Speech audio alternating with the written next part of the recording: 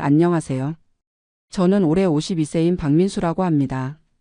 지금 제가 있는 곳은 미국 텍사스주 플라노라는 도시예요. 창밖으로 보이는 넓은 앞마당과 뒷마당, 그리고 이 고요한 적막감이 아직도 믿기지 않습니다. 3년 전 한국을 떠날 때만 해도 이런 평화로운 일상이 올 거라고는 꿈에도 생각 못했거든요. 제가 왜 이렇게 된 건지 처음부터 차근차근 말씀드려 볼게요. 저는 한국에서 IT 회사에 다니는 평범한 직장인이었습니다. 서울 강동구에 있는 32평 아파트에서 아내와 아들 둘과 함께 살았어요. 2003년에 분양받아서 20년 가까이 살았던 집이었죠. 처음엔 정말 좋았어요. 깨끗하고 넓고 학군도 괜찮고 지하철역도 가깝고 교통도 편리했거든요. 그런데 문제는 2018년쯤부터 시작됐습니다. 저희 집 위층에 새로운 가족이 이사를 온 거예요. 30대 중반 부부의 4살, 6살 된 아이 둘이었는데 이사 온 첫날부터 뭔가 심상치 않았어요. 쿵쿵쿵쿵 드르르르르 위에서 무슨 소리가 계속 들리는 거예요. 처음엔 이사 정리하느라 그런가 보다 했죠. 그런데 며칠이 지나도 몇 주가 지나도 소리는 줄어들지 않았어요. 오히려 점점 더 심해지는 것 같았습니다. 새벽 6시부터 밤 11시까지 하루 종일 위층에서는 끊임없는 소리가 났어요. 아이들이 뛰어다니는 소리, 의자 끄는 소리, 무거운 물건 떨어뜨리는 소리, 심지어 어른들이 걸어다니는 발걸음 소리까지 다 들렸습니다. 저희 집은 거실과 안방 천장에서 특히 심했어요. 텔레비전을 보고 있으면 갑자기 쿵쿵쿵 소리가 나서 깜짝깜짝 놀라고 밤에 잠들려고 하면 드르르르 굴리는 소리에 잠이 깨고 주말 아침에 늦잠 좀 자려고 하면 새벽 7시부터 아이들이 뛰어다니는 소리에 깨어나곤 했죠. 처음에는 참았어요. 아이들이니까 어쩔 수 없지 않겠나? 우리도 언젠가는 손주가 생기면 비슷할 텐데 이런 마음으로 이해하려고 노력했습니다. 그런데 한 달, 2달이 지나도 전혀 나아지지 않는 거예요. 오히려 아이들이 집에 적응하면서 더 자유롭게 뛰어다니기 시작했죠. 특히 코로나19가 터지고 난 후에는 정말 심각해졌어요. 아이들이 집에 있는 시간이 늘어나니까 하루 종일 소음이 계속됐거든요. 재택근무를 하는 제게는 정말 고문이었습니다. 중요한 화상회의를 하고 있는데 갑자기 위에서 쿵쿵쿵 소리가 나면 상대방이 지금 무슨 소리 나는데요? 라고 물어보곤 했어요. 정말 창피하고 스트레스였습니다.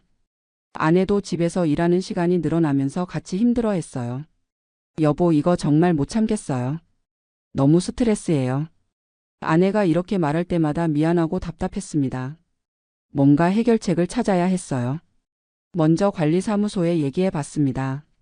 상황을 알겠습니다. 위층에 한번 연락해 보겠습니다. 관리사무소에서는 위층에 협조 요청 공문을 보내주었어요. 그런데 며칠 지나니까 다시 똑같았습니다. 오히려 더 심해진 것 같기도 하고요. 혹시 저희가 예민한 건 아닌가 싶어서 층간소음 측정기도 사봤어요. 앱으로 재보니까 주간에 평균 45에서 50데시벨, 심할 때는 60데시벨까지 올라가더라고요. 기준치를 넘는 수준이었습니다. 그래서 용기를 내서 직접 위층에 올라가 봤어요. 벨을 누르니까 남편분이 나왔는데 안녕하세요. 아래층에 사는 박민수라고 합니다. 층간소음 때문에 잠깐 말씀드리고 싶어서요. 그분 표정이 확 굳어지더라고요. 아내, 뭐가 문제인가요? 아이들이 뛰어다니는 소리나 의자 끄는 소리가 많이 들려서요. 조금만 신경 써주시면. 아이들이니까 어쩔 수 없는 거 아닌가요? 우리도 최대한 조심하고 있는데요. 목소리 톤이 벌써 불쾌해하는 게 느껴졌습니다. 네, 물론 이해는 합니다. 그런데 너무 자주 오랫동안 지속되다 보니까. 그럼 어떻게 하라는 거예요? 아이들한테 숨 쉬지 말라고 할까요? 결국 서로 불편한 분위기로 대화가 끝났어요. 그날 밤부터 소음이 더 심해진 것 같았습니다. 마치 일부러 그러는 것 같기도 하고요. 정말 스트레스가 이만저만이 아니었어요. 밤에 잠들기가 어려워지면서 불면증이 생겼고 낮에도 신경이 날카로워져서 가족들한테 짜증을 내곤 했습니다. 아빠, 왜 요즘 그렇게 예민해요? 큰아들이 이렇게 물어볼 때마다 미안했지만 어떻게 설명해야 할지 모르겠더라고요. 그때부터 본격적으로 이사를 고민하기 시작했어요. 하지만 그 아파트에 20년 가까이 살면서 정이 많이 들었고 무엇보다 집값도 많이 오른 상태라 함부로 팔기도 어려웠거든요. 그리고 다른 아파트로 이사를 간다고 해서 층간소음 문제가 해결될 보장도 없었고요. 인터넷에서 찾아보니 어디든 비슷한 문제들이 있더라고요. 오히려 요즘에 지은 아파트들이 층간소음이 더 심하다는 얘기도 있었고요. 정말 막막했습니다. 그러던 중에 회사에서 미국 지사로 파견 기회가 생겼어요. 평소에는 관심도 없었는데 층간소음 스트레스가 너무 심해서 진지하게 고려해보게 되었습니다. 여보, 미국 가는 거 어떻게 생각해요? 갑자기 왜 그런 생각을 해요? 일단 이 층간소음에서 벗어날 수 있잖아요. 그리고 아이들 교육에도 좋을 것 같고. 사실 층간소음이 가장 큰 이유였지만 그렇게 말하기는 좀 그랬어요. 아내도 처음에는 망설였지만 결국 가족회의를 통해서 미국행을 결정했습니다. 2021년 초에 L1 비자를 받아서 텍사스주 달라스로 이주했어요. 처음에는 임시로 아파트에서 살았는데 역시나 층간소음이 있더라고요. 미국 아파트는 나무로 지어져서 한국보다 오히려 더 심했어요. 위층에서 발걸음 소리는 물론이고 화장실 사용하는 소리, 샤워하는 소리까지 다 들렸습니다. 이렇게 멀리까지 와서도 똑같네. 정말 절망스러웠어요. 그런데 부동산 에이전트가 이런 말을 해주더라고요. 층간소음이 싫으시면 단독주택을 알아보세요. 여기는 단독주택이 일반적이거든요. 한국에서는 단독주택이라고 하면 엄청 비쌀 거라고 생각했는데 텍사스는 땅이 워낙 넓다 보니까 아파트와 가격 차이가 크지 않았어요. 달라스 근교 플라노라는 도시에 있는 2층 단독주택을 보러 갔는데 정말 마음에 들었습니다. 4베드룸 3.5욕실에 약 230평방미터 크기였고 앞마당과 뒷마당이 넓게 딸려 있었어요. 무엇보다 이웃집과 적당히 떨어져 있어서 소음 걱정이 없어 보였습니다. 가격도 한국 강동구 아파트보다 저렴했어요. 이 집으로 하겠습니다. 별로 고민하지 않고 바로 결정했죠. 2021년 여름에 플라노 단독주택으로 이사를 했습니다. 그날 밤 처음으로 완전한 정적을 경험했어요. 위층도 없고 옆집 소리도 들리지 않고 오직 에어컨 돌아가는 소리와 가끔 지나가는 차 소리만 들렸습니다. 아, 이런 게 진짜 집이구나. 그날 밤 정말 오랜만에 숙면을 잤어요. 아침에 일어나니까 몸이 이렇게 가벼울 수가 없었습니다. 그동안 얼마나 스트레스를 받고 살았는지 그때야 깨달았어요. 단독주택 생활은 정말 천국 같았습니다. 아이들이 집에서 뛰어다녀도 아무도 뭐라고 하지 않고 밤늦게 텔레비전을 봐도 이웃에게 피해를 주지 않고 음악을 크게 틀어도 괜찮고 새벽이나 늦은 밤에 운동을 해도 문제없고요. 특히 제가 좋아하는 드럼을 칠 수 있게 된 게 가장 기뻤어요. 한국에서는 층간소음 때문에 엄두도 못 냈거든요.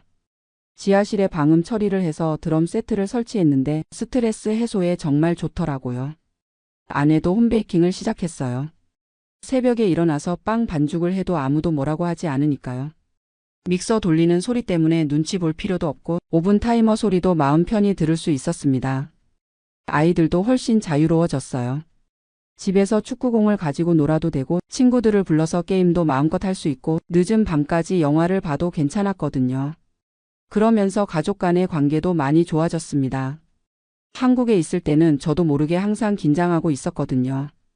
위층 소리에 신경 쓰고 우리 소리 때문에 아래층에서 올라올까봐 걱정하고 그런 스트레스가 가족들에게도 영향을 미쳤던 것 같아요. 하지만 여기서는 그런 걱정이 전혀 없으니까 마음이 편해졌어요. 물론 단독주택 생활이 좋기만 한 건 아니에요. 잔디 관리, 정원 가꾸기, 집 외부 페인트 칠, 난방비 등등 관리해야 할 것들이 많더라고요. 겨울에는 눈 치우는 것도 일이고 여름에는 잔디 깎는 것도 주말마다 해야 하고요. 하지만 그런 것들도 나름 재미있어요. 정원 가꾸는 게 취미가 되었고 집 수리하는 것도 유튜브 보면서 배워서 직접 하다 보니 성취감도 있고요. 무엇보다 이웃들과의 관계가 정말 좋아요. 한국 아파트에서는 옆집 사람 얼굴도 모르고 지냈는데 여기서는 이웃들이 먼저 인사도 해주고 바비큐 파티에 초대해 주기도 하고 아이들이 놀 때도 자유롭게 이웃집을 드나들어요. 층간소음 때문에 서로 예민해할 필요가 없으니까 관계가 훨씬 편안한 것 같아요. 지금 생각해보면 한국에서의 그 층간소음 스트레스가 제 인생을 바꾼 계기가 되었네요. 만약 그 일이 없었다면 미국으로 올 생각도 안 했을 테고 이런 평화로운 생활도 경험하지 못했을 거예요. 물론 한국이 그립기도 해요. 음식, 문화, 가족, 친구들. 하지만 이 정적과 평화로움은 정말 포기할 수 없을 것 같아요. 한국 친구들이 놀러 오면 가장 놀라는 게 이 조용함이에요. 여기 진짜 조용하다. 위층 소리 전혀 안 들리네? 당연하지. 위층이 없는데. 그럴 때마다 한국의 층간소음 문제가 얼마나 심각한지 새삼 느껴져요. 최근에 한국 뉴스를 보니까 층간소음 때문에 이웃 간에 싸우고 심지어 폭력 사건까지 일어나는 경우가 많더라고요. 정말 안타까운 일이에요. 저도 그때 참지 않고 더 강하게 항의했다면 어떻게 되었을까 싶기도 하고요. 지금은 코로나도 끝나고 아이들도 잘 적응해서 정말 만족스러운 생활을 하고 있어요. 큰아들은 미국 대학교 진학을 준비하고 있고 둘째도 현지 학교에서 친구들과 잘 지내고 있어요. 아내도 여기서 새로운 일을 시작했고 저도 회사에서 인정받으면서 잘 다니고 있습니다. 혹시 한국에서 층간소음 때문에 고생하고 계신 분들이 있다면 단독주택으로 이사하는 것도 고려해 보세요. 물론 한국은 땅값이 비싸서 쉽지 않겠지만 외곽 지역이나 지방 도시에는 괜찮은 단독주택들도 있더라고요. 아니면 최상층이나 1층으로 이사하는 것도 방법이고요. 층간소음은 정말 삶의 질을 크게 떨어뜨리는 문제인 것 같아요. 스트레스, 불면증, 가족 갈등까지 유발하니까요. 저처럼 극단적으로 해외까지 갈 필요는 없지만 어떻게든 해결 방법을 찾으시길 바라요. 지금 제가 매일 아침 일어나서 가장 감사하는 게 이 고요함이에요. 새소리, 바람소리만 들리는 이 평화로운 아침, 위층 소리 걱정 없이 편안히 잠들 수 있는 밤, 이런 게 진짜 행복인 것 같습니다. 물론 미국 생활이 모든 면에서 완벽한 건 아니에요. 의료비는 비싸고 총기 사고 위험도 있고 아시아 음식이 그립기도 하고요. 하지만 적어도 집에서만큼은 완전한 평화를 누릴 수 있다는 게 정말 소중해요. 한국에 계신 가족, 친구들과 영상통화를 할 때도 배경이 완전히 조용해서 거기 진짜 조용하네. 부럽다. 이런 말을 자주 듣는데 그럴 때마다 정말 다행이라는 생각이 들어요. 앞으로도 계속 이곳에서 살 계획이에요. 아이들이 대학을 졸업할 때까지는 적어도 여기 있을 거고 그 이후에는 한국으로 돌아갈지 계속 여기서 살지 고민해 볼 예정이에요. 하지만 한 가지 확실한 건 다시는 층간소음 때문에 스트레스 받는 곳에서는 살지 않을 거라는 거예요. 한번 이런 평화로움을 경험하고 나니까 포기할 수가 없더라고요. 여러분도 모두 평화로운 집에서 편안한 일상을 누리시길 바라며 이만 제 이야기를 마치겠습니다. 감사합니다. 안녕하세요, 여러분. 저는 올해 69세인 박영숙이라고 합니다. 지금 제가 앉아 있는 이곳은 캐나다 밴쿠버 버나비에 있는 저의 새 집입니다. 창밖으로 보이는 푸른 잔디밭과 조용한 주택가를 보고 있으면 정말 이사를 잘했다는 생각이 절로 듭니다. 사실 35년 동안 살던 집을 떠나기까지는 정말 많은 고민과 용기가 필요했어요. 하지만 지금 이 순간 저는 제 자신이 정말 자랑스럽습니다. 69세라는 나이에 새로운 동네로 이사를 한다는 것이 쉬운 일은 아니었거든요. 특히 자녀들은 처음에 많이 반대했어요.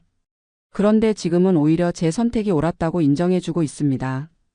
왜 이사를 하게 되었는지, 그 과정에서 어떤 일들이 있었는지, 그리고 지금은 어떻게 살고 있는지를 여러분께 말씀드리고 싶어요. 혹시 저와 비슷한 고민을 하고 계신 분들이 있다면 조금이나마 도움이 되었으면 좋겠어요.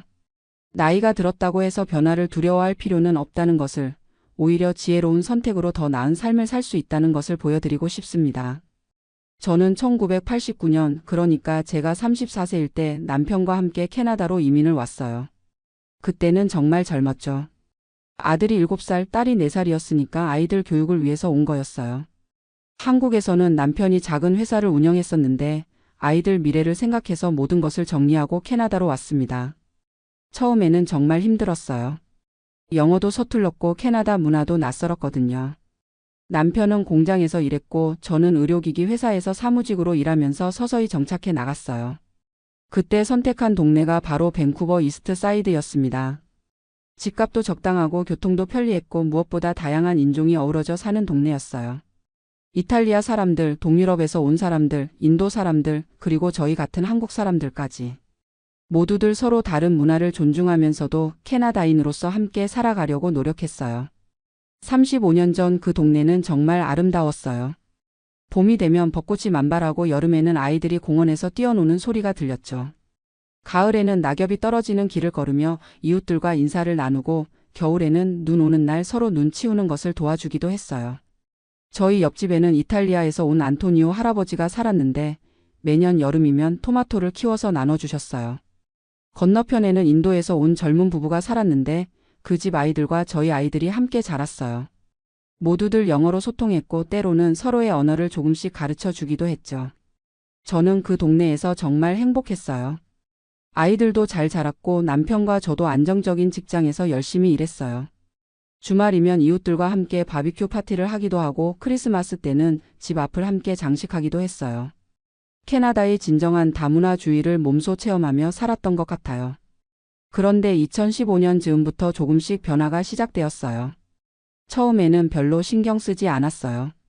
새로운 이웃들이 이사를 오는 것은 당연한 일이니까요. 그런데 그 새로운 이웃들 대부분이 중국에서 온 분들이었어요. 처음에는 오히려 좋다고 생각했어요. 캐나다는 원래 이민자의 나라니까 더 다양한 문화가 들어오는 것이 좋은 일이라고 생각했거든요. 저도 이민자였으니까 새로 온 분들의 마음을 충분히 이해할 수 있었어요. 하지만 시간이 지나면서 뭔가 다르다는 것을 느끼기 시작했어요. 다른 이민자들과는 달리 이분들은 기존 지역 사회와 섞이려고 하지 않는 것 같았어요.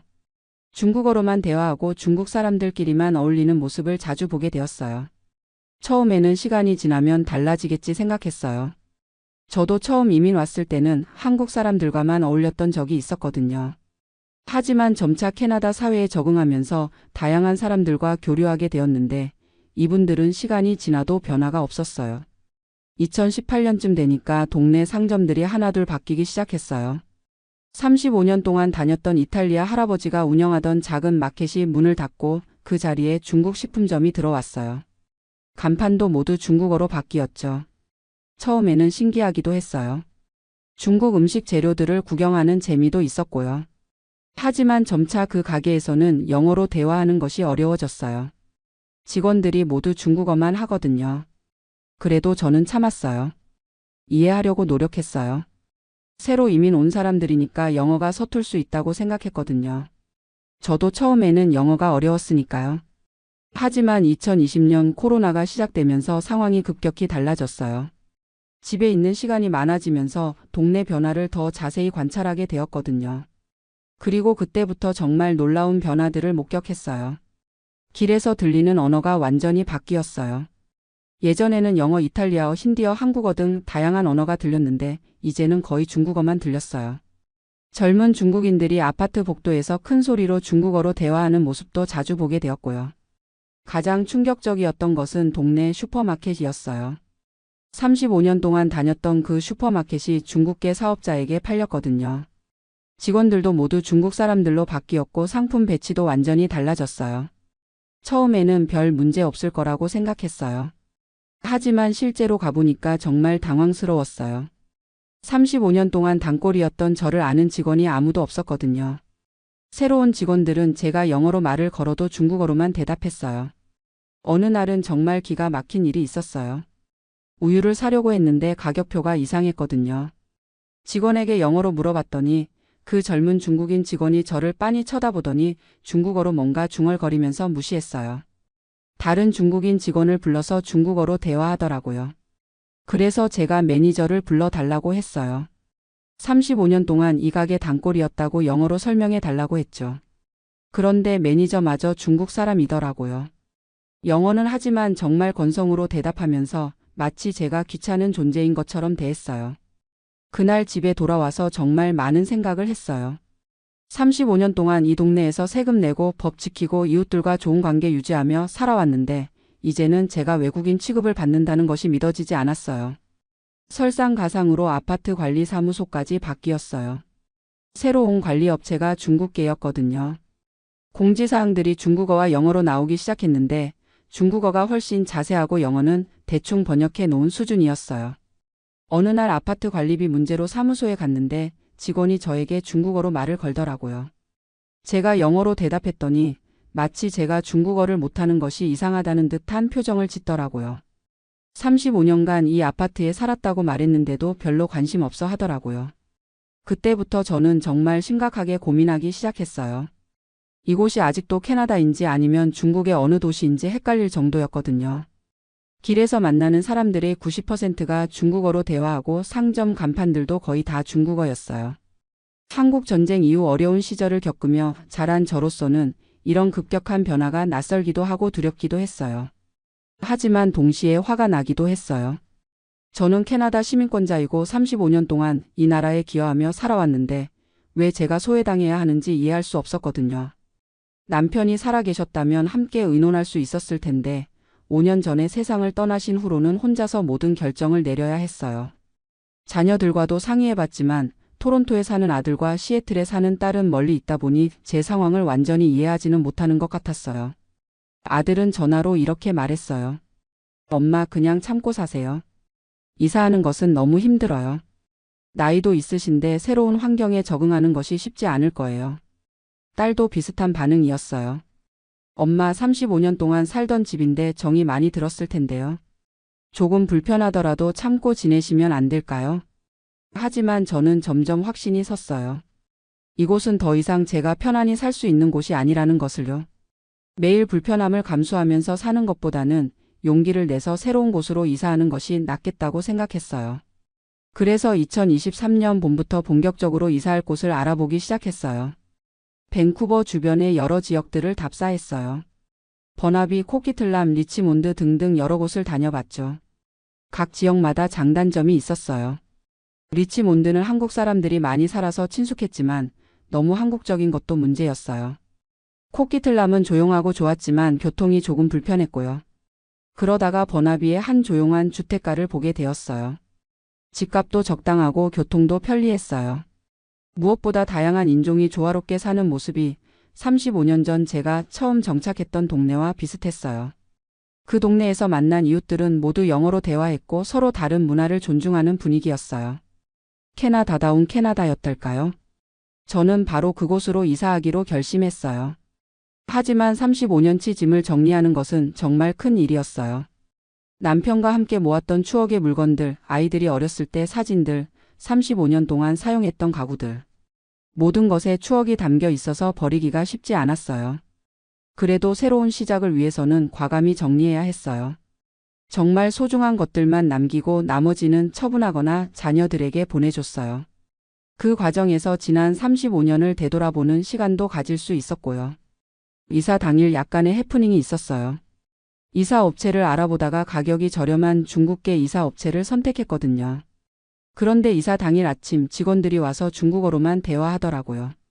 저에게도 중국어로 말을 걸어서 당황했어요. 제가 영어로 대답하니까 그제서야 영어를 하더라고요. 하지만 정말 성의 없이 대답하면서 마치 제가 중국어를 못하는 것이 이상하다는 듯한 표정을 짓더라고요. 그 순간 정말 화가 났어요. 저는 당당하게 말했어요. 저는 캐나다 시민권자이고 여기서 35년을 살았습니다. 캐나다에서는 영어와 프랑스어가 공용어예요. 중국어가 아니라고요. 그러자 그 직원들이 서로 중국어로 뭔가 수군거리더라고요. 아마 저에 대해 좋지 않은 말을 했을 거예요. 하지만 저는 개의치 않았어요. 오히려 더욱 당당해졌거든요. 옛 동네를 떠나면서 마지막으로 둘러봤는데 정말 완전히 달라져 있었어요. 제가 35년 동안 정들었던 그 동네는 더 이상 존재하지 않았어요. 모든 간판이 중국어였고 길에서 들리는 것도 중국어뿐이었어요. 그날 저녁 새 집에서의 첫날 밤을 맞았어요. 조용하고 평온했어요. 창밖으로 보이는 풍경도 아름다웠고 무엇보다 마음이 편안했어요. 35년 만에 처음으로 집에서 진정한 평안을 느낄 수 있었어요. 이튿날 아침 동네를 한 바퀴 산책해봤어요. 아침 조깅을 하는 사람들이 지나가면서 구두 MORNING이라고 인사를 해주더라고요. 오랜만에 들어보는 영어 인사말이 그렇게 반가울 수가 없었어요. 근처 커피숍에 들어가서 커피를 주문했어요. 젊은 직원이 밝은 미소로 영어로 주문을 받아주더라고요. 그리고 제가 새로 이사 온 것을 알고는 동네에 대해 친절하게 설명해 주기까지 했어요. 그때 정말 눈물이 날 뻔했어요. 이런 게 바로 캐나다구나, 이런 게 바로 제가 35년 전에 사랑에 빠졌던 그 캐나다구나 하는 생각이 들었거든요.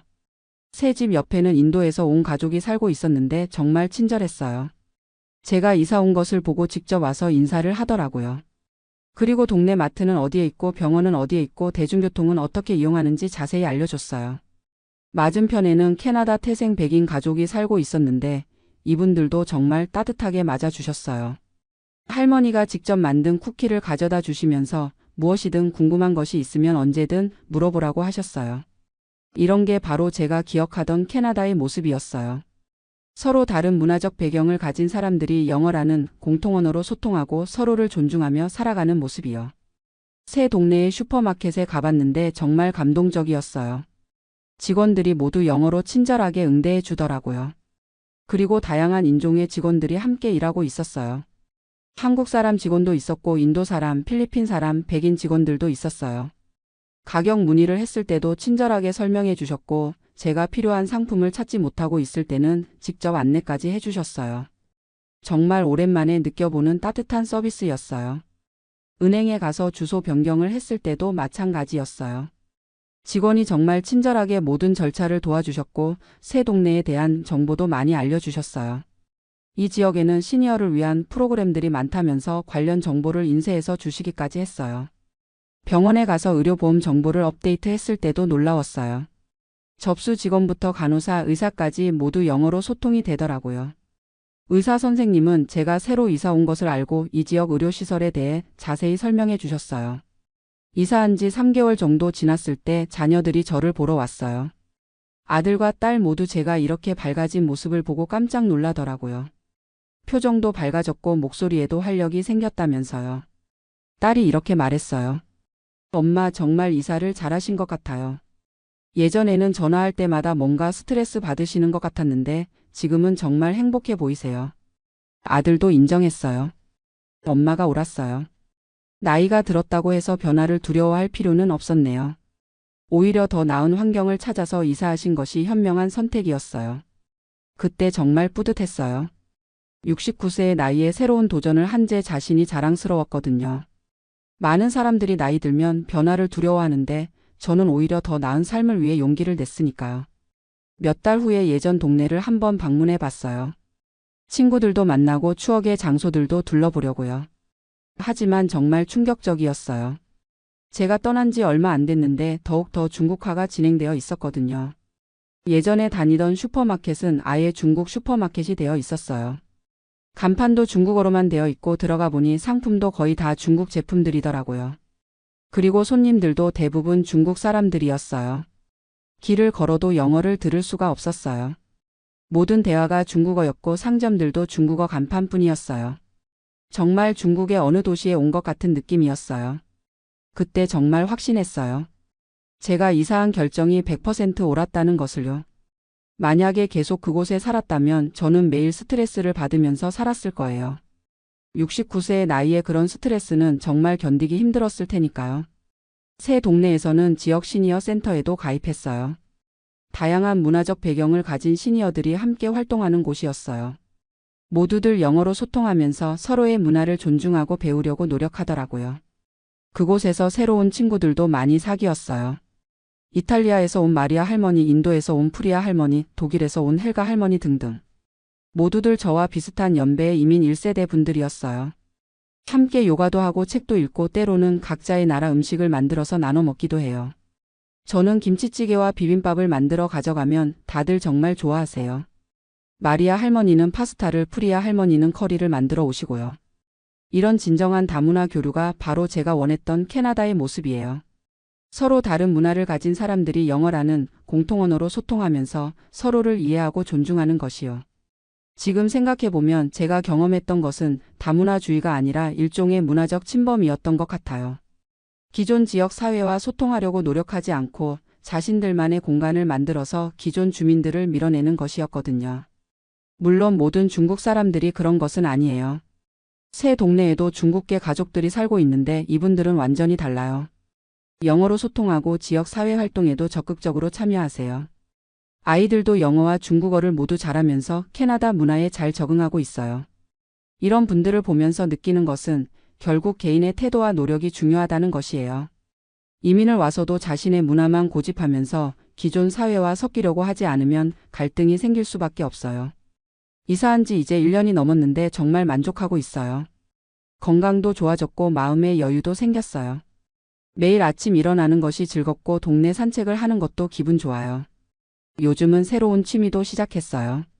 시니어 센터에서 하는 원예 수업에 참여하고 있거든요. 작은 화분에 허브를 키우는 건데 정말 재미있어요. 바질, 로즈마리, 타임 같은 허브들을 키워서 요리에도 사용하고 있어요. 영어 독서 클럽에도 가입했어요. 매주 한 번씩 모여서 책을 읽고 토론하는 모임인데 정말 자극적이에요. 다양한 배경을 가진 사람들과 함께 책을 읽고 의견을 나누면서 새로운 관점을 배우게 돼요. 컴퓨터 수업도 듣고 있어요. 69세에 새로운 것을 배우는 것이 쉽지는 않지만 강사 선생님이 정말 친절하게 가르쳐 주세요. 이제는 이메일도 보내고 인터넷 쇼핑도 할 수 있어요. 화상통화로 멀리 있는 자녀들과 대화하는 것도 훨씬 자연스러워졌고요. 가끔 예전 동네에서 알던 한국인 친구들을 만나면 제 이야기를 해줘요. 처음에는 다들 놀라세요. 69세에 이사를 했다는 것도 놀랍고 새로운 환경에 이렇게 잘 적응했다는 것도 신기해 하세요. 그 중에서 몇 분은 저와 비슷한 고민을 하고 계시더라고요. 동네가 너무 변해서 불편하지만 나이가 들어서 이사하기는 두렵다고 하세요. 그런 분들에게 저는 꼭 이렇게 말씀드려요. 나이는 변화의 핑계가 될 수 없어요. 오히려 우리에게는 젊은 사람들보다 더 많은 경험과 지혜가 있잖아요. 그 지혜를 활용해서 더 나은 선택을 할 수 있어요. 물론 이사하는 것이 쉬운 일은 아니에요. 새로운 환경에 적응하는 것도 시간이 걸리고요. 하지만 매일 스트레스 받으면서 사는 것보다는 훨씬 나아요. 중요한 것은 용기예요. 새로운 도전을 하겠다는 용기, 더 나은 삶을 살겠다는 의지. 그리고 변화를 두려워하지 않는 마음이에요. 저는 69세에 새로운 출발을 했어요. 새 동네, 새 이웃들, 새로운 활동들. 모든 것이 새롭지만 그래서 더 재미있고 활력이 생겨요. 남편이 살아계셨다면 함께 이 새로운 삶을 즐길 수 있었을 텐데 하는 아쉬움은 있어요. 하지만 분명히 남편도 제 선택을 지지해 주셨을 거예요. 항상 변화를 두려워하지 말라고 더 나은 삶을 위해 노력하라고 말씀하셨거든요. 앞으로의 계획도 많아요. 내년에는 시니어 센터에서 하는 해외여행 프로그램에 참여해 볼 생각이에요. 캐나다 동부 지역을 여행하는 프로그램인데 정말 기대돼요. 또 자원봉사 활동도 시작하려고 해요. 새로 이민 온 시니어들을 도와주는 프로그램이 있다더라고요. 제가 35년 동안 캐나다에서 살면서 쌓은 경험을 다른 분들과 나누고 싶어요. 가장 중요한 것은 건강 관리예요. 새 동네에는 시니어 전용 피트니스 센터도 있고 의료시설도 훌륭해요. 정기 검진도 받고 운동도 꾸준히 해서 건강을 유지하려고 해요. 자녀들도 이제는 완전히 제 선택을 지지해줘요. 특히 딸은 엄마가 이렇게 적극적으로 사시는 모습이 정말 자랑스럽다고 해요. 아들도 주변 사람들에게 저 이야기를 자랑스럽게 한다고 하더라고요. 손주들도 새 집을 정말 좋아해요. 넓은 마당이 있어서 뛰어놀 수 있고 근처에 공원도 많거든요. 할머니 집에 오는 것을 더 즐거워해요. 이제 와서 생각해보면 35년 전 처음 캐나다에 왔을 때와 지금이 비슷한 것 같아요. 그때도 새로운 환경에 적응해야 했고 지금도 새로운 환경에 적응하고 있어요. 다른 점이 있다면 그때는 젊었지만 경험이 없었고 지금은 나이는 들었지만 경험과 지혜가 있다는 것이에요. 혹시 저와 비슷한 상황에 계신 분들이 있다면 꼭 말씀드리고 싶어요. 나이가 들었다고 해서 참고 사는 것이 미덕은 아니에요. 더 나은 삶을 위해서라면 언제든 새로운 시작을 할 수 있어요. 물론 신중하게 계획하고 준비해야 해요. 무작정 이사하는 것이 아니라 충분히 알아보고 비교해 본 후에 결정해야 하죠. 그리고 가족들과도 충분히 상의해야 하고요. 하지만 가장 중요한 것은 자신의 행복이에요.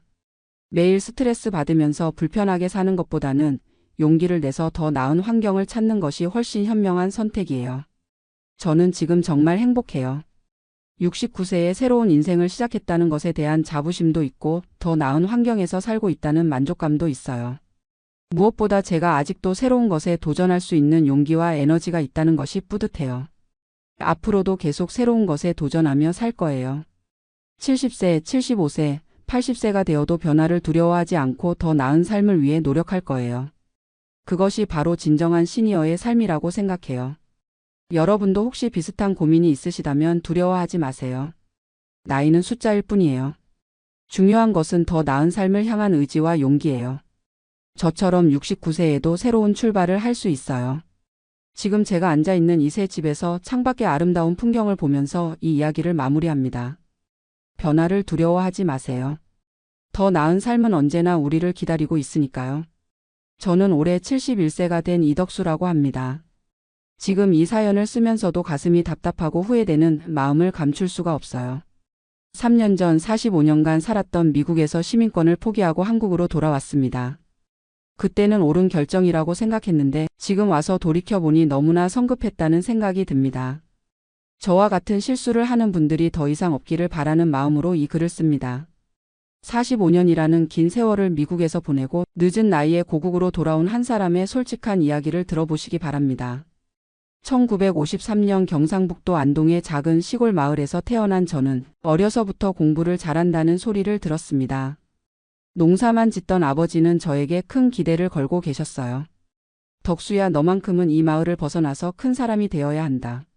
아버지의 이 말씀이 제 인생의 방향을 결정했다고 할 수 있습니다.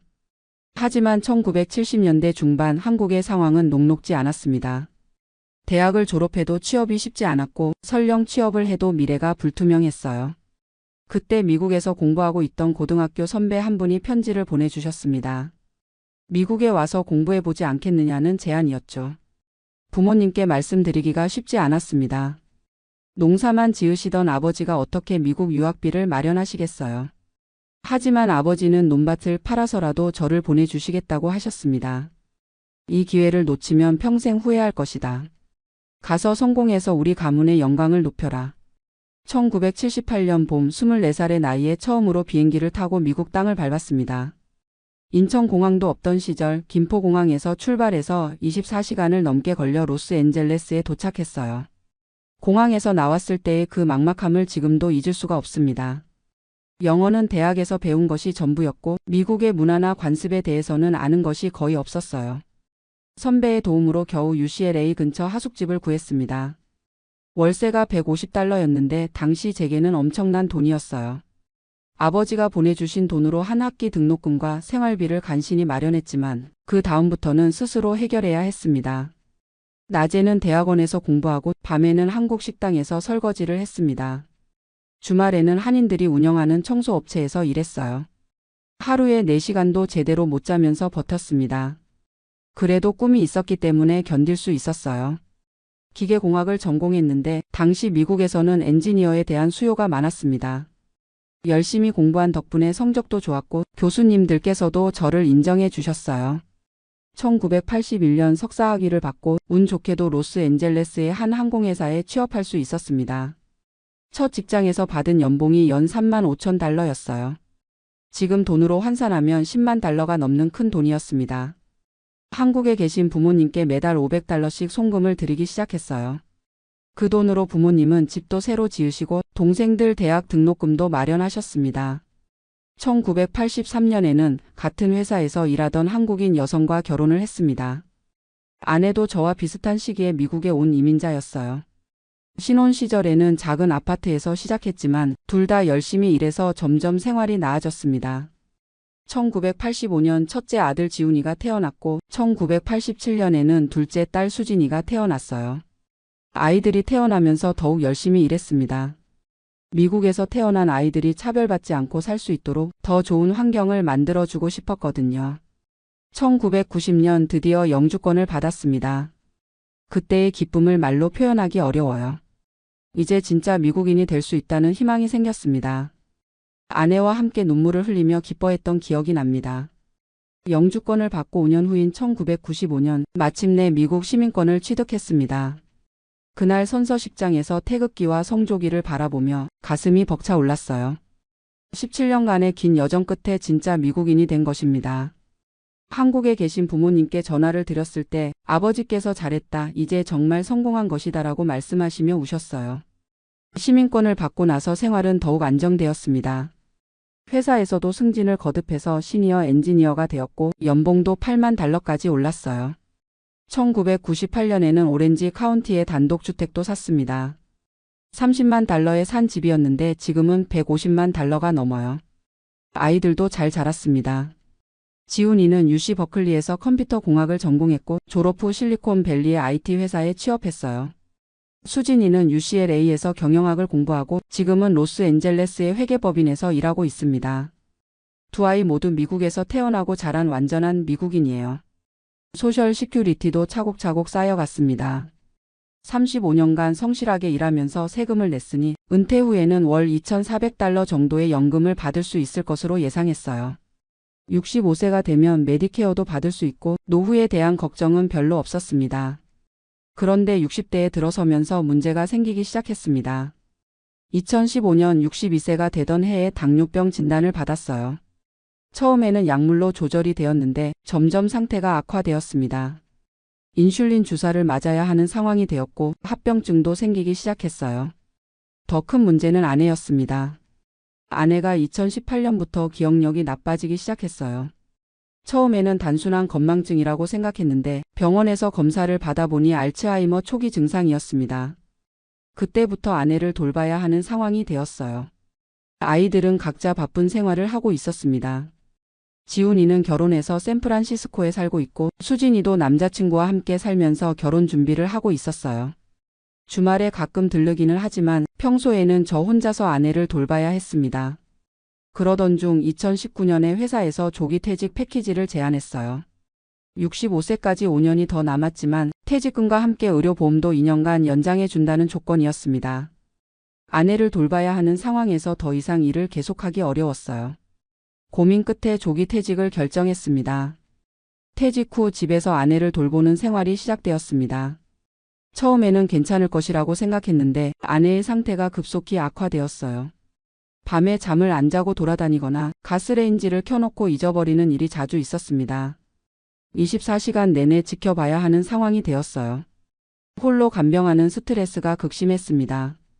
제 당뇨도 악화되어서 합병증으로 신장 기능이 떨어지기 시작했어요. 이대로는 제가 먼저 쓰러질 것 같았습니다. 전문 요양시설에 아내를 맡기는 것을 고려해봤지만 한 달에 $6,000가 넘는 비용이 들었어요. 그때 갑자기 한국이 그리워지기 시작했습니다. 한국에서는 의료비가 훨씬 저렴하다는 이야기를 들었고 간병인을 구하는 것도 미국보다 쉽다고 했어요. 무엇보다 고향에서 생을 마감하고 싶다는 생각이 들었습니다. 2020년 코로나가 시작되면서 상황은 더욱 악화되었습니다. 병원에 가는 것도 어려워졌고 아이들도 자주 오지 못했어요. 집에 혼자 있는 시간이 늘어나면서 우울감도 심해졌습니다.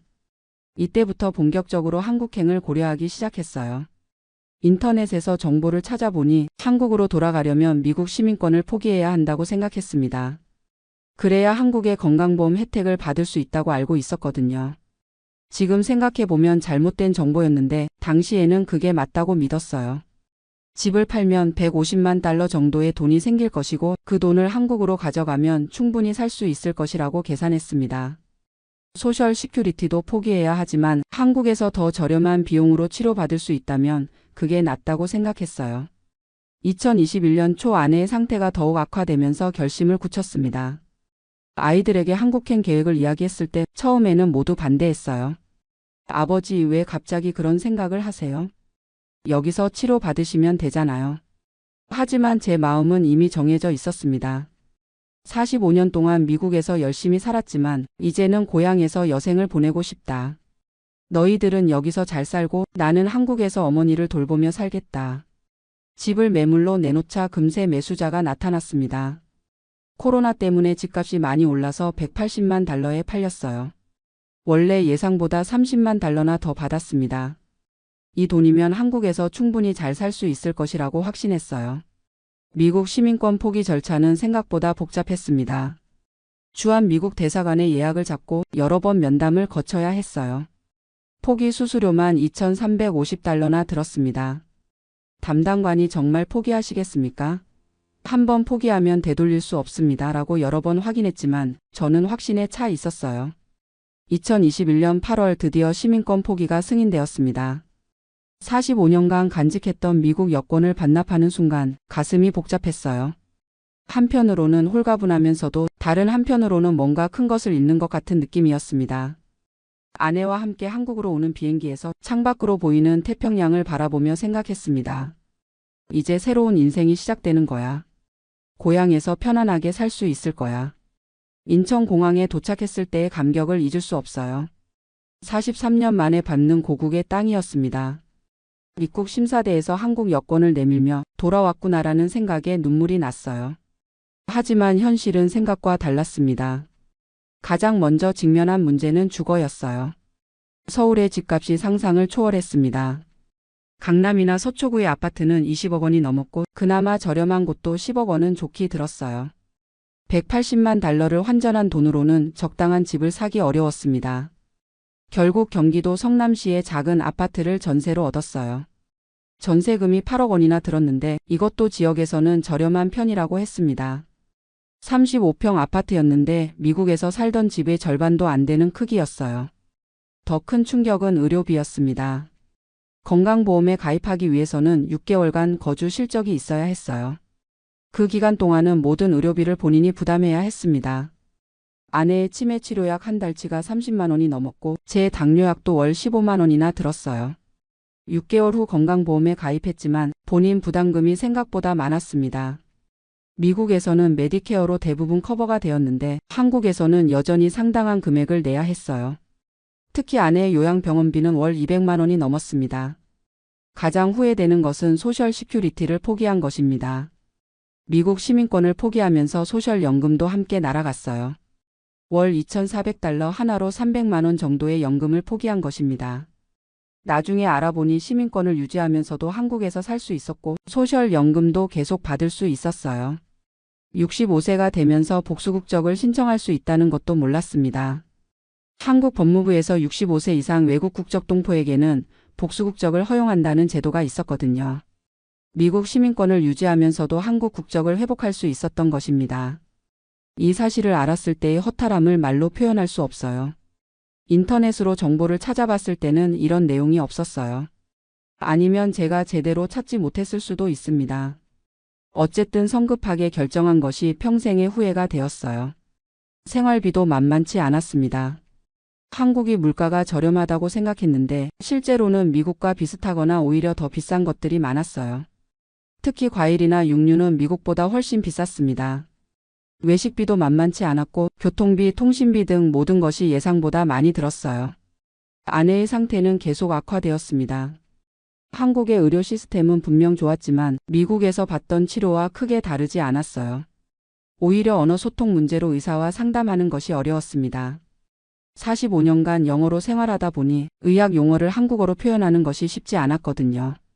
1년 정도 지나면서 한국 생활에 어느 정도 적응은 했지만 근본적인 외로움은 해결되지 않았습니다.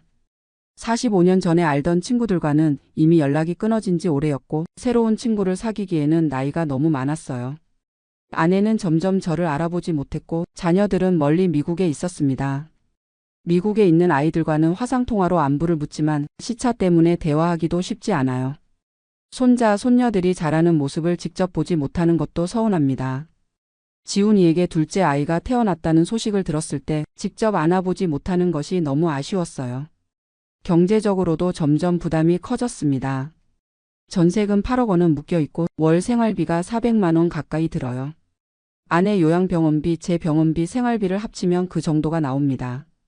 집을 판 돈에서 전세금을 빼고 남은 돈으로는 10년 정도밖에 버틸 수 없어요. 작년에 아내가 세상을 떠났습니다. 5년간의 투병 끝에 조용히 눈을 감았어요. 장례식에 미국에서 아이들이 왔지만 코로나 때문에 2주간 격리를 해야 해서 힘들었습니다. 아내를 떠나보내고 나니 더욱 혼자라는 생각이 들었어요. 지금 저는 71세가 되어 혼자 살고 있습니다. 건강은 예전보다 많이 나빠졌어요. 당뇨 합병증으로 신장 기능이 떨어져서 주 3회 투석을 받고 있습니다. 이동하기도 힘들어서 집 근처 병원에서 치료받고 있어요. 가끔 그때 시민권을 포기하지 않았다면 어땠을까라는 생각을 합니다. 미국에서 메디케어 혜택을 받으며 치료받고 소셜연금 300만 원씩 받으면서 살았다면 어땠을까요? 아이들과 손자, 손녀들과 함께 지낼 수 있었을 텐데요.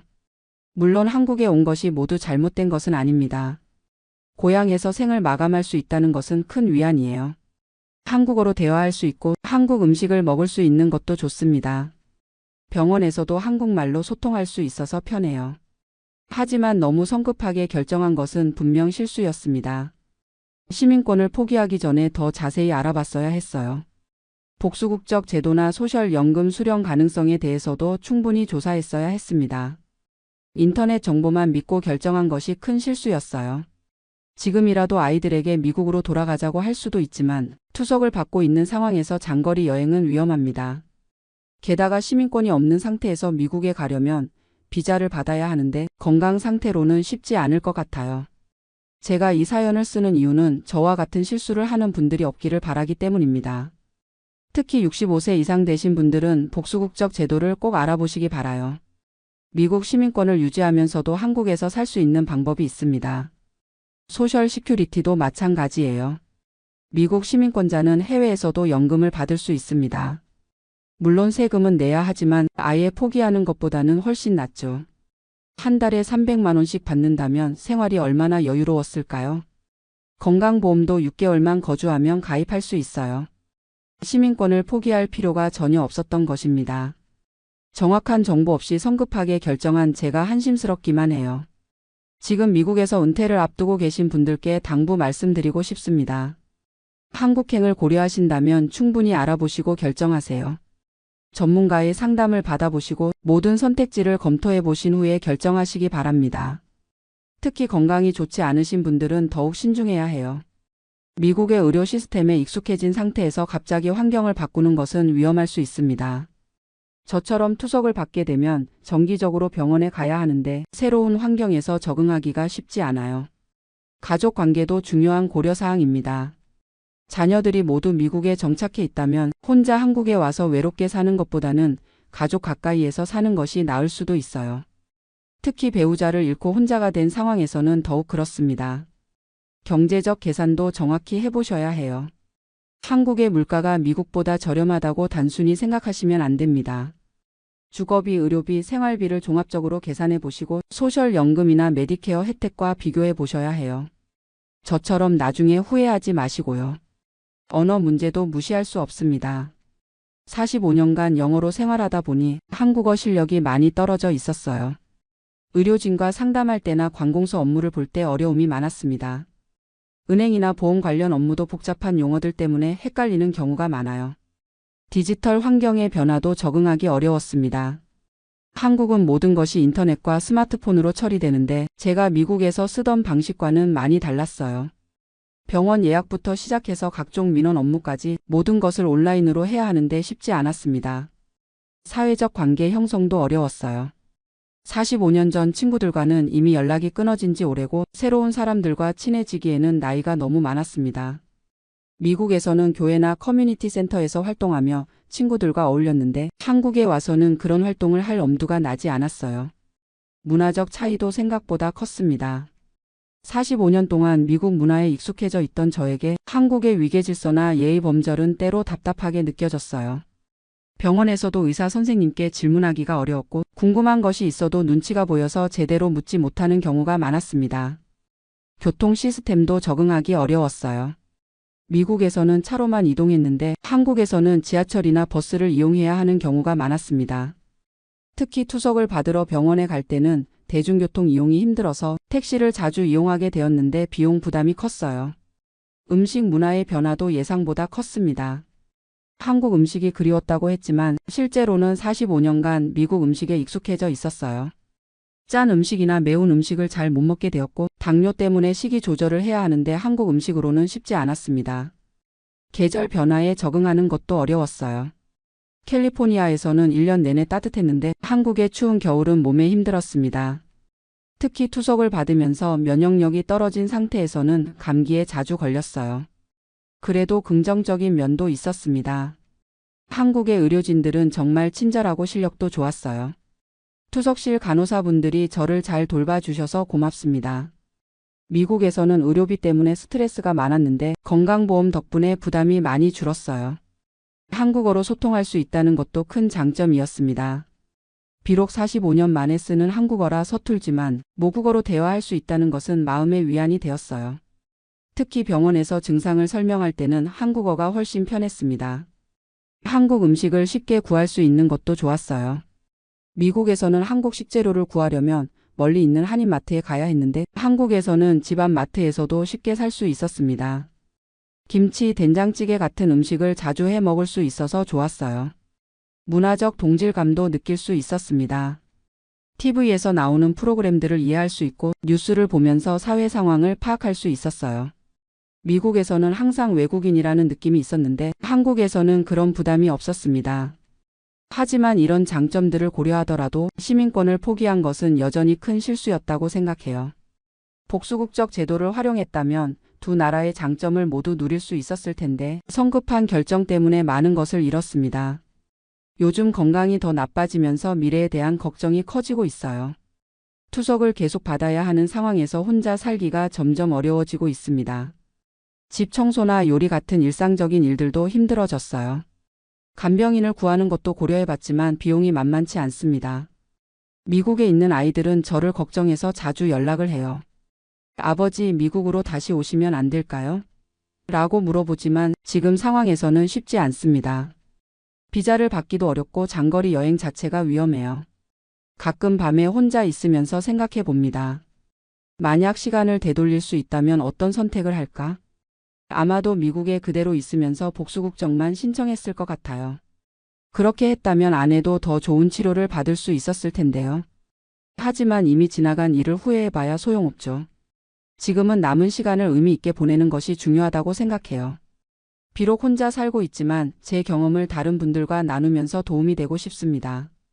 최근에는 같은 처지의 어르신들과 모임을 만들었어요. 미국에서 돌아온 분들끼리 월 1회 정도 만나서 이야기를 나눕니다. 서로의 경험을 공유하고 정보도 교환하면서 위안을 얻고 있어요. 저처럼 시민권을 포기하고 후회하는 분들이 생각보다 많더라고요. 그분들께도 항상 말씀드리는 것이 있습니다. 이미 한 선택에 대해서는 후회하지 말고 지금부터라도 최선을 다해서 살아가자.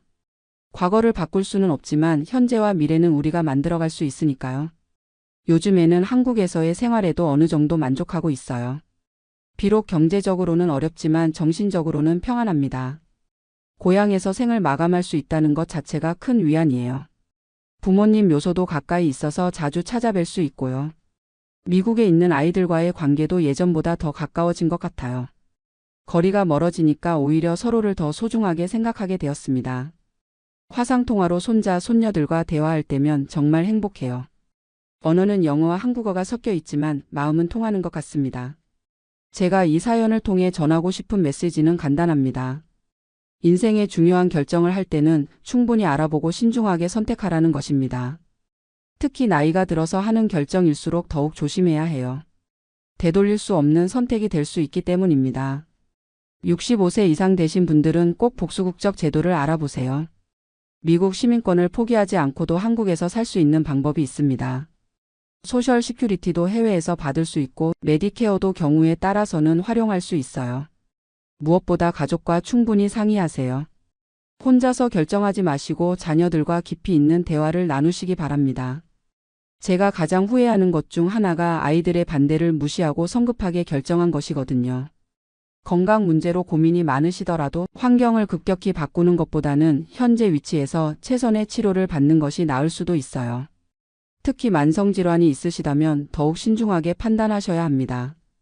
마지막으로 정확한 정보를 얻는 것이 정말 중요해요. 인터넷에 떠도는 정보만 믿지 마시고 전문가의 상담을 받아보시기 바랍니다. 영사관이나 관련 기관에 직접 문의해서 정확한 정보를 확인하세요. 저는 이제 71세가 되었고 남은 시간이 많지 않을 것 같아요. 하지만 제 경험이 다른 분들께 도움이 된다면 그것만으로도 의미 있는 일이라고 생각합니다. 비록 실수를 했지만 그 실수를 통해 배운 교훈을 나누고 싶어요. 한국에서의 생활이 모든 면에서 나쁜 것은 아닙니다. 고향에서 사는 것의 의미도 분명히 있어요. 하지만 그 선택을 하기 전에 모든 것을 충분히 고려해 보시라는 것이 제 당부입니다. 젊은 시절 꿈을 안고 미국으로 떠났던 그때처럼 이제는 인생의 마지막 여정을 지혜롭게 계획하시기 바랍니다. 저와 같은 후회를 하지 마시고 현명한 선택으로 행복한 노후를 보내시길 진심으로 바라겠습니다. 안녕하세요. 저는 올해 58살 된 김모라고 합니다. 지금 이렇게 사연을 쓰는 이유는 정말 황당하고도 당황스러운 일을 겪어서입니다. 작년 11월에 미국에서 15년 만에 한국으로 완전히 돌아왔습니다. 아이들도 다 성장했고 은퇴를 앞두고 고국에서 여생을 보내고 싶어서 결정한 일이었어요. 미국 생활이 나쁘지는 않았지만 역시 고향이 그리웠거든요. 그런데 지난달 감기가 심하게 걸려서 동네 내과에 갔는데 정말 깜짝 놀랐습니다. 아니, 놀란 정도가 아니라 당황했다고 해야 맞을 것 같아요. 진료실 앞에 대기하는 환자들이 20명도 넘게 줄을 서 있는 거예요. 미국에서는 예약제라서 이런 광경을 본 적이 없었는데 한국은 아직도 이런가 싶었죠. 그래도 기다렸습니다. 1시간 반을 기다려서 드디어 제 차례가 되었어요. 의사 선생님이 저를 보더니 목을 한번 보시고 청진기로 가슴을 몇 번 들어보시고 그러고는 바로 처방전을 써주시는 거예요. 시간을 재어본 건 아니지만 정말 3분도 안 걸린 것 같았어요. 감기약 3일치 드릴게요. 안 나오면 다시 오세요. 그게 전부였습니다. 저는 좀 더 자세히 물어보고 싶었어요.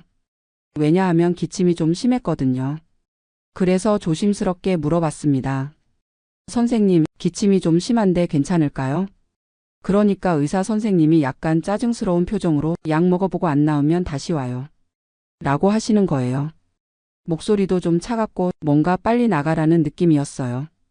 저는 그냥 네, 감사합니다 하고 나왔는데 기분이 참 이상했어요. 미국에서 15년 동안 의료 서비스를 받으면서 경험했던 것과는 너무 달랐거든요. 미국 조지아주 애틀랜타에서 살았는데 거기서 단골로 다니던 가정의학과 닥터 존슨이 있었어요. 키가 크고 친절한 백인 의사였는데 제가 진료실에 들어가면 항상 환하게 웃으면서 하이 미스터 김. 오늘 어떻게 지내세요? 하고 인사를 해주곤 했죠. 그리고 진료 시간도 최소 15분에서 20분은 되었어요. 제가 하는 말을 다 들어주고 궁금한 것도 친절하게 설명해주고 심지어 가족 안부까지 물어보곤 했거든요. 아내는 어떠세요? 아이들은 학교 잘 다니고 있나요? 이런 식으로 말이에요. 감기 걸렸을 때도 마찬가지였습니다. 목을 자세히 보고 언제부터 아팠는지, 다른 증상은 없는지, 알레르기는 없는지, 복용 중인 약이 있는지 이런 것들을 꼼꼼히 물어봤어요. 그리고 처방해주는 약에 대해서도 설명을 해줬죠. 이 약은 하루에 2번 먹으시면 되고 이건 기침약이니까 필요할 때만 드세요. 만약에 3일 후에도 증상이 나아지지 않으면 연락하세요. 이런 식으로 자세하게 설명해 주는 거예요. 그런데 한국 병원에서는 그런 게 전혀 없었어요. 의사가 바쁘다는 건 이해하지만 환자를 대하는 태도 자체가 달랐어요. 그냥 일 처리하는 느낌이랄까요? 약국에 가서도 놀랐어요. 약사님이 약을 주면서 하루 3번 식후에 드세요. 이게 전부였거든요. 미국에서는 약사도 굉장히 친절했어요.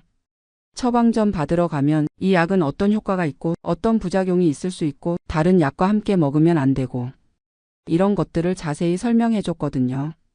그리고 보험 처리도 알아서 다 해주고 궁금한 게 있으면 언제든지 전화하세요. 라고 하면서 약국 전화번호가 적힌 스티커도 약봉지에 붙여줬어요. 정말 서비스가 달랐어요. 하지만 한국에 온 지 얼마 안 돼서 아직 적응이 안 된 것일 수도 있다고 생각했어요. 그래서 그냥 넘어갔죠. 그런데 또 다른 일이 생겼어요. 한 달 후에 건강검진을 받으러 갔는데 거기서도 비슷한 경험을 했습니다. 미국에서는 매년 정기검진을 받았어요. 제가 다니던 병원에서는 1년에 한 번 종합검진 스케줄을 잡아주고 하루 종일 시간을 내서 여러 가지 검사를 받았거든요. 그리고 검사 결과를 설명해 줄 때도 30분 정도 시간을 내서 하나하나 자세히 설명해 줬어요.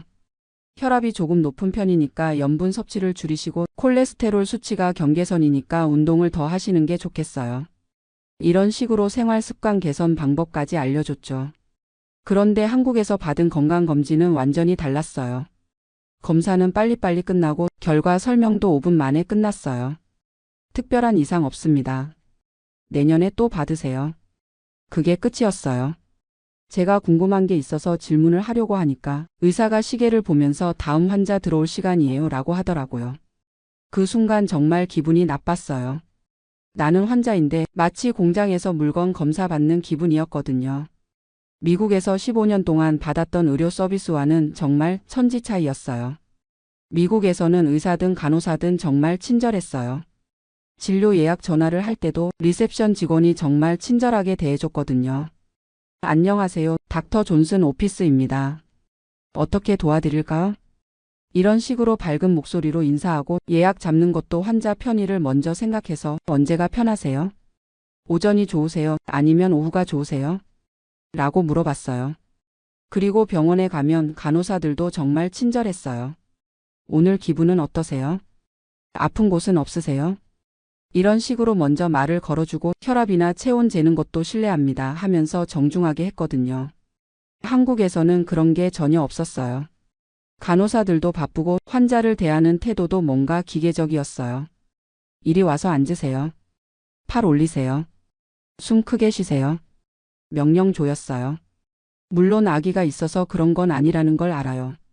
워낙 환자가 많고 바쁘니까 그럴 수밖에 없는 것도 이해해요. 하지만 환자 입장에서는 기분이 좋지 않았어요. 특히 아팠을 때는 마음도 약해지는데 따뜻한 말 한마디라도 들으면 위로가 되잖아요. 그런데 한국에서는 그런 게 없었어요.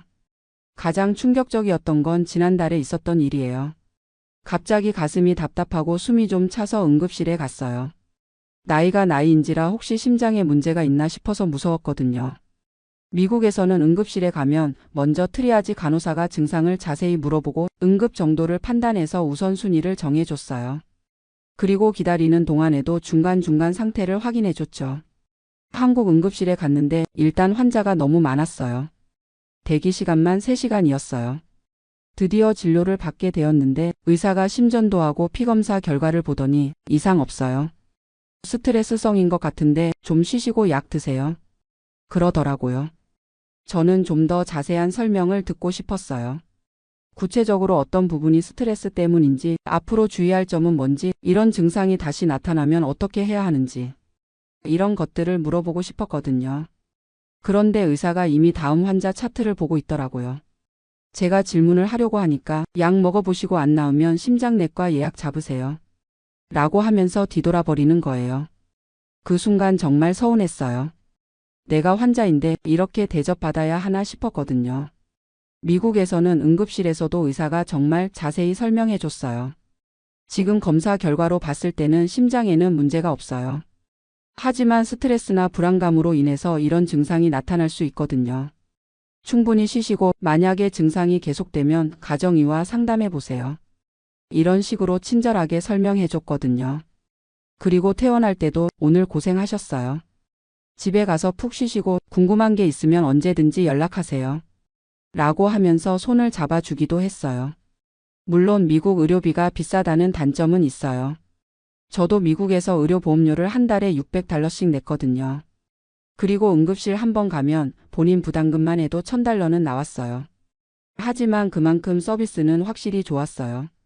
환자를 정말 고객처럼, 아니 사람으로서 존중해 준다는 느낌을 받았거든요. 한국은 의료비는 정말 저렴해요. 미국에 비하면 거의 공짜 수준이죠. 그런 건 정말 감사한 일이에요. 하지만 서비스 측면에서는 아쉬운 점이 많았어요. 미국에서 살 때는 몰랐는데 한국에 와서 비교해 보니까 정말 차이가 크더라고요. 특히 의사와 환자 관계가 많이 달랐어요. 미국에서는 의사와 환자가 거의 동등한 관계였어요. 의사가 전문가이긴 하지만 환자의 의견이나 질문을 존중해주고 결정을 내릴 때도 환자와 상의해서 결정했거든요. 이런 치료 방법이 있는데 어떻게 생각하세요? 약을 바꿔볼 수도 있는데 어떤 게 더 편하실 것 같아요? 이런 식으로 말이에요. 그런데 한국에서는 의사가 일방적으로 결정하고 환자는 그냥 따라야 하는 분위기였어요. 물론 의사가 전문가니까 의사 말을 들어야 하는 건 맞아요. 하지만 환자도 자신의 몸에 대해서는 의견을 말할 권리가 있다고 생각해요. 그리고 미국에서는 병원 시스템도 정말 환자 중심이었어요. 예약 시간에 가면 거의 정시에 진료를 받을 수 있었고 대기 시간이 길어지면 미리 알려줬어요. 죄송합니다. 의사가 응급 상황으로 좀 늦어질 것 같아요. 20분 정도 더 기다려 주시겠어요? 이런 식으로 말이에요. 그리고 만약에 대기 시간이 너무 길어지면 다른 시간으로 예약을 바꿔주기도 했어요. 한국에서는 그런 게 없었어요. 예약 시간에 가도 1시간씩 기다리는 건 기본이고 그에 대한 사과나 설명도 없었어요. 당연하다는 듯이 기다리라고 하더라고요. 또 다른 차이점은 의료진의 태도였어요. 미국에서는 의사든 간호사든 정말 프로페셔널했어요. 환자 앞에서는 항상 웃음을 잃지 않고 힘든 내색을 하지 않았거든요. 아무리 바빠도 환자한테는 친절하게 대해줬어요. 그런데 한국에서는 의료진들이 스트레스를 그대로 드러내는 경우가 많았어요. 짜증난 표정으로 환자를 대한다거나 목소리가 차갑다거나 이런 일들이 자주 있었어요. 물론 이해할 수는 있어요. 한국 의료진들이 정말 힘들게 일한다는 걸 알거든요. 환자는 많고 시간은 부족하고 그러니까 스트레스 받을 수밖에 없죠. 하지만 환자 입장에서는 그런 것까지 이해하기 어려워요. 아플 때는 마음도 약해지는데 의료진까지 차갑게 대하면 더 우울해지거든요. 제가 가장 그리운 건 미국 병원의 따뜻함이에요. 환자를 진짜 사람으로 대해준다는 느낌이었거든요. 미국에서 단골로 다니던 닥터 존스는 제가 감기 걸렸을 때도 많이 아프시겠어요. 빨리 나으시길 바랍니다. 라고 진심으로 걱정해주는 말투였어요. 그리고 약 처방해줄 때도 이 약 먹으시고 며칠 후에 어떤지 전화로라도 알려주세요. 걱정되거든요. 라고 하더라고요. 그런 말 한마디가 환자에게는 정말 큰 위로가 되는 거예요. 한국에서는 그런 걸 경험해 본 적이 없어요. 의사가 환자를 걱정한다는 느낌을 받아본 적이 없거든요. 그냥 업무적으로 처리한다는 느낌이에요. 물론 한국 의료 시스템에도 좋은 점이 많아요. 일단 접근성이 좋죠. 어디서든 쉽게 병원에 갈 수 있고 의료비도 저렴하고 의료진의 실력도 뛰어나고요. 미국에서는 응급 상황이 아닌 이상 병원 가기가 쉽지 않았어요. 예약도 몇 주 전에 잡아야 하고 전문에 보려면 몇 달씩 기다려야 하는 경우도 있었거든요. 그에 비해 한국은 정말 편해요. 아프면 바로 병원에 갈 수 있고 같은 날에 여러 과를 볼 수도 있고요. 하지만 서비스 품질 면에서는 아쉬워요. 특히 환자를 대하는 태도 면에서는 미국이 훨씬 좋았어요. 지금도 가끔 미국에 있을 때가 그리워져요. 아플 때 닥터 존슨한테 가서 따뜻한 말을 들었던 게 그리워지거든요. 한국 의료진들도 분명히 환자를 걱정하는 마음은 있을 거예요. 하지만 그걸 표현할 여유가 없는 것 같아요. 너무 바쁘고 환자도 많고 시간도 부족하고. 그래서 정작 중요한 인간적인 따뜻함은 놓치게 되는 것 같아요. 요즘 한국 젊은 의사들 중에서 미국으로 가려는 사람들이 많다고 들었어요. 처음에는 이해가 안 됐는데 이제는 조금 이해가 되는 것 같아요. 미국에서는 적어도 환자를 제대로 된 사람으로 대해줄 수 있는 시간과 여유가 있거든요. 물론 미국 의료 시스템이 완벽한 건 아니에요. 비용 문제도 크고 접근성 문제도 있고요. 하지만 적어도 환자와 의사가 인간적인 관계를 맺을 수 있다는 점에서는 미국이 나은 것 같아요. 저는 이제 한국에서 살아야 하니까 한국 의료 시스템에 적응해야겠지만 가끔은 미국에서 받았던 따뜻한 의료 서비스가 그리워져요. 의료진 여러분들이 이 글을 보신다면 환자도 사람이라는 걸 생각해 주셨으면 좋겠어요. 바쁜 건 이해하지만 따뜻한 말 한마디, 친절한 미소 하나가 환자에게는 정말 큰 힘이 된다는 걸요. 그리고 한국 의료 시스템도 조금씩이라도 변화했으면 좋겠어요. 의료진들이 환자와 충분히 소통할 수 있는 시간과 여유를 가질 수 있도록요. 미국에서 15년 살다가 한국에 온 한 사람의 솔직한 경험담이었습니다. 비판하려는 게 아니라 더 나은 의료 서비스를 위한 작은 의견으로 받아주셨으면 좋겠어요. 감사합니다. 안녕하세요. 저는 올해 68세가 된 박동철이라고 합니다. 지금 저는 호주 시드니에서 아내와 함께 조용하고 평온한 노후를 보내고 있어요. 그런데 지금으로부터 2년 전까지만 해도 저는 한국에 있었습니다. 무려 31년간 살았던 호주를 떠나서 말이에요. 왜 호주를 떠났는지 그리고 왜 다시 돌아왔는지 그 이야기를 들려드리려고 해요. 아마 비슷한 고민을 하고 계신 분들께 도움이 될 거라고 생각합니다. 저는 1992년에 당시 23살이던 큰아들의 후원으로 호주에 이민을 왔어요. 그때 저는 47살이었고 아내는 44살이었습니다. 한국에서는 중소기업에서 기계기술자로 일했는데 솔직히 미래가 그리 밝아 보이지 않았거든요. 호주에 와서 처음엔 언어 때문에 고생을 많이 했어요. 하지만 손재주가 있어서 건설 현장에서 일을 시작했고 성실하게 일한 덕분에 나중에는 작은 건설 회사를 운영하기도 했습니다. 1995년에 영주권을 받았고 2000년에는 시민권도 취득했어요. 큰아들은 한국으로 돌아갔지만 둘째 딸은 호주에서 간호사로 일하면서 결혼도 하고 손주들도 낳았습니다. 31년 동안 호주는 저희에게 참 좋은 나라였어요. 메디케어 덕분에 의료비 걱정도 없었고 연금도 받으면서 여유롭게 살았거든요. 집도 페이오프했고 작은 슈퍼애뉴에이션도 있어서 경제적으로도 안정적이었어요. 그런데 2022년 초부터 아내의 건강이 안 좋아지기 시작했어요. 당뇨가 악화되면서 여러 합병증이 생겼고 고혈압도 심해졌습니다. 호주 의료 시스템이 좋다고는 하지만 아무래도 언어 문제도 있고 아내가 한국 음식과 한국 의료진을 그리워하더라고요.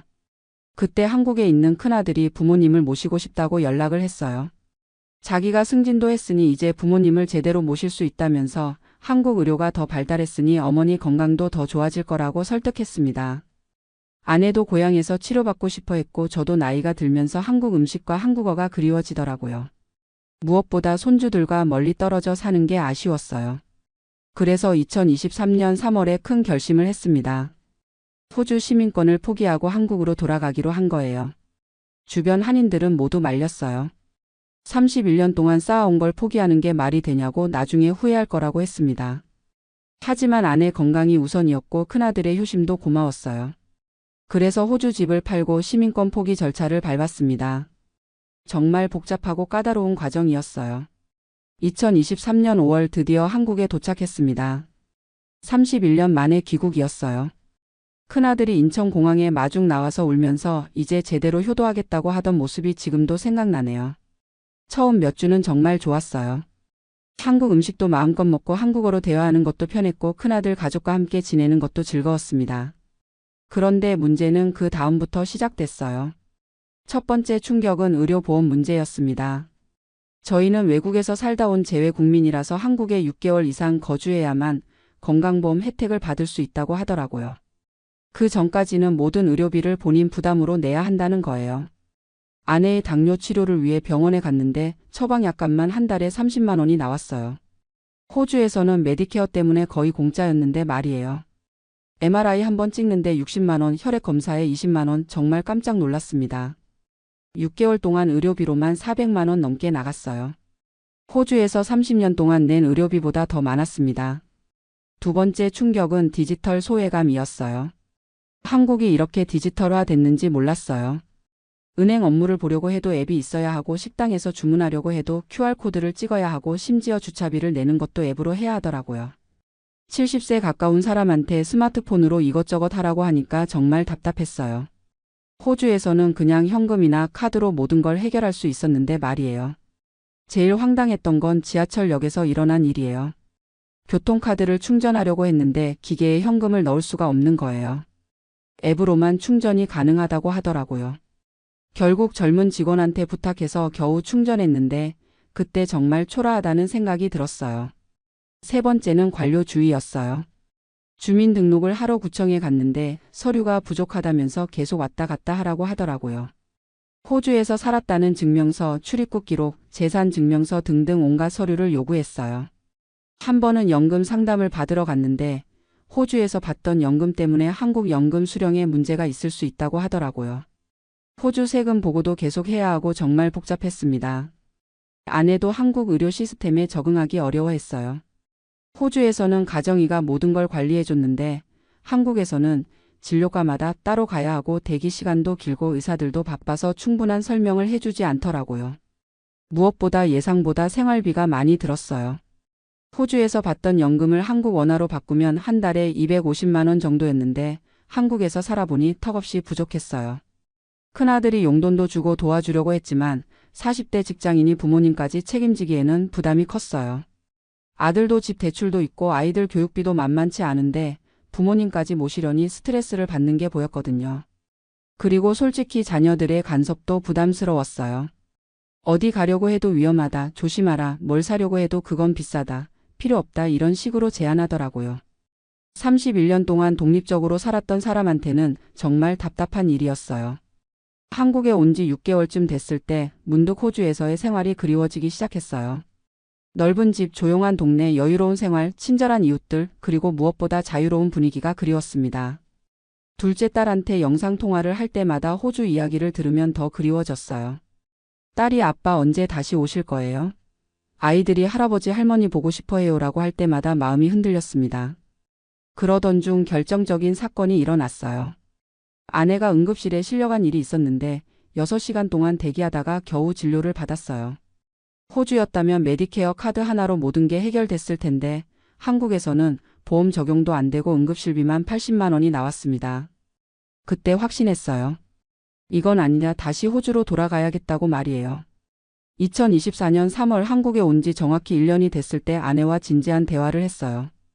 여보, 우리 다시 호주로 가는 게 어떨까? 했더니 아내도 나도 그 생각을 하고 있었다고 하더라고요. 아내도 한국 의료 시스템이 생각보다 복잡하고 비싸다는 걸 느꼈고 무엇보다 호주에서의 자유로운 생활이 그리웠다고 하더라고요. 하지만 가족들에게 이 이야기를 꺼냈을 때는 난리가 났어요. 큰아들은 아버지 정말 실망입니다. 저희가 모시려고 이렇게 노력하는데 1년도 안 돼서 떠나시겠다고 하시면 어떻게 해요? 라고 했고 며느리도 주변에서 뭐라고 하겠어요? 라고 체면을 걱정했어요. 하지만 저는 이미 마음을 정했어요. 그래서 아들한테 차근차근 설명했습니다. 아들아, 아빠가 왜 이런 결정을 하는지 냉정하게 생각해봐라. 첫째, 의료비 문제다. 아빠가 호주에서 30년 동안 낸 의료비가 한국에서 1년 동안 낸 것보다 적어. 둘째, 경제적 부담이다. 아빠가 여기서 살면 너한테 계속 의존해야 하는데 그게 너한테도 부담이고 아빠한테도 자존심 상하는 일이야. 셋째, 자유로운 노후다. 아빠는 70세 가까운 나이에 이것저것 제약받으면서 살고 싶지 않아. 호주에서는 아무도 아빠를 통제하지 않았거든. 넷째, 둘째와 손주들이다. 한국에 있으면 둘째와 호주 손주들을 못 보잖아. 다섯째, 현실적으로 아빠 엄마가 더 오래 건강하게 살 수 있는 환경이 호주야. 한국에서 스트레스 받으면서 사는 것보다 호주에서 여유롭게 사는 게 낫지 않겠어? 아들은 할 말이 없더라고요. 사실 다 맞는 이야기였거든요. 그 다음에는 호주 영주권을 다시 받을 수 있는지 알아봤어요. 다행히 레지던트 리턴 비자라는 게 있더라고요. 과거에 영주권을 가졌던 사람이 특별한 사정이 있으면 다시 신청할 수 있는 비자였어요.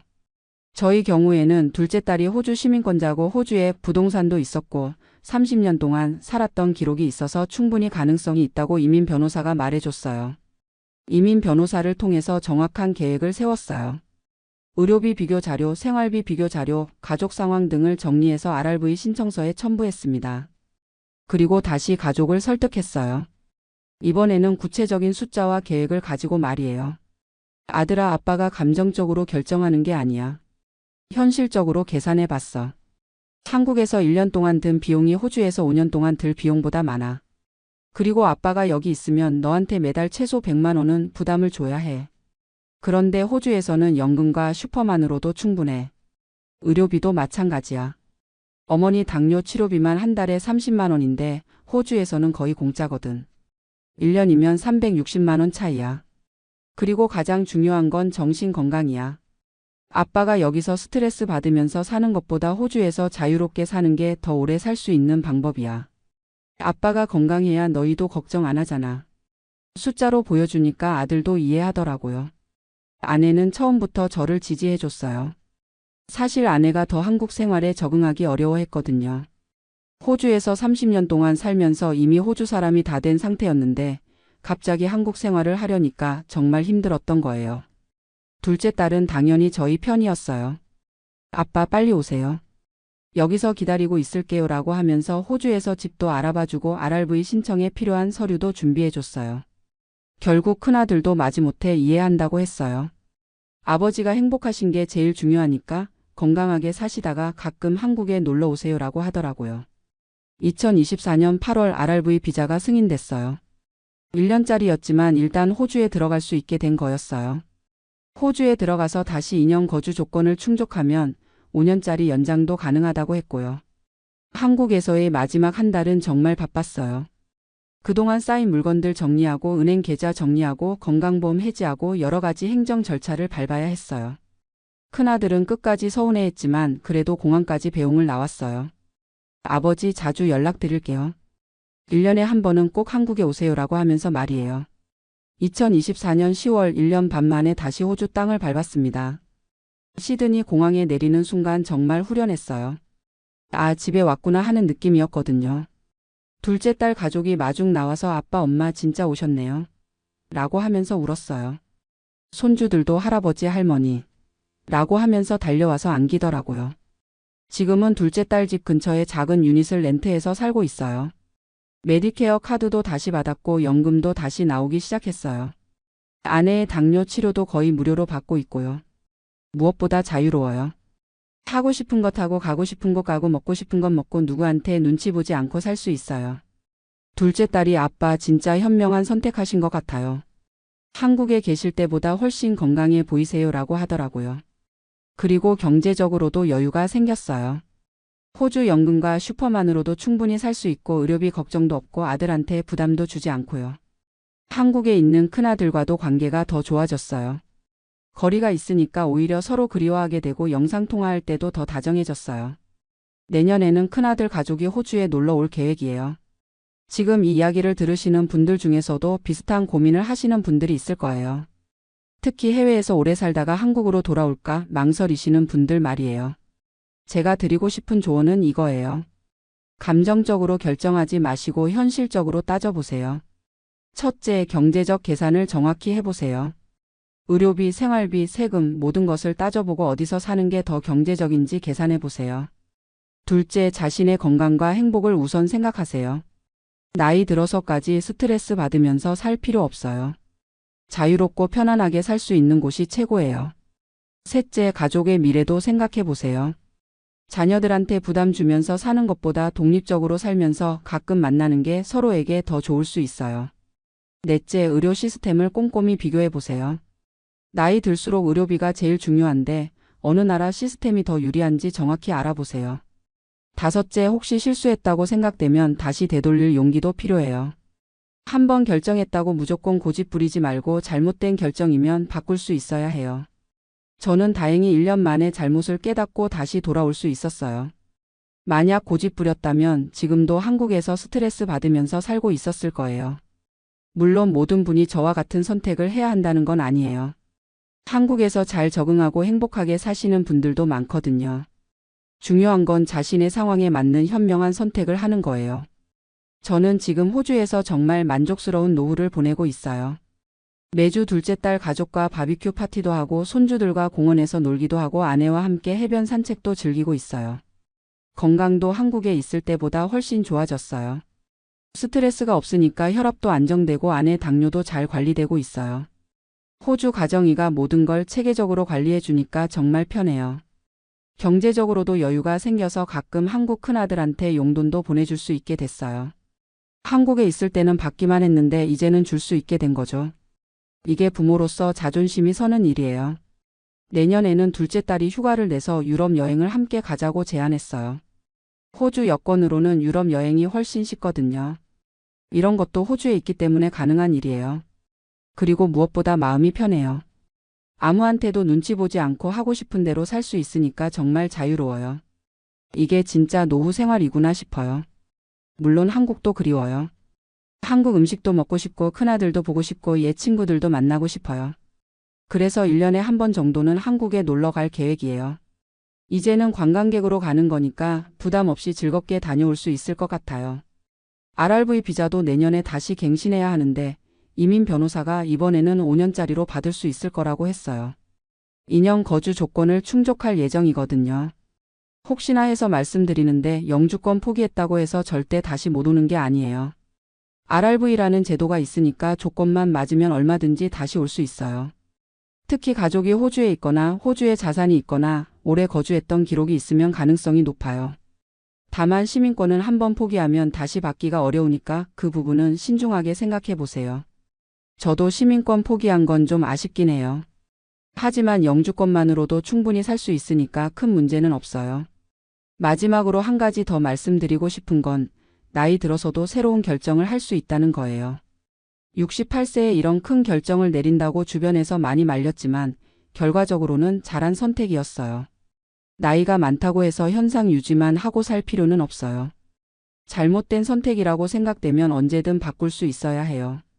물론 신중해야 하지만 너무 보수적일 필요도 없다고 생각해요.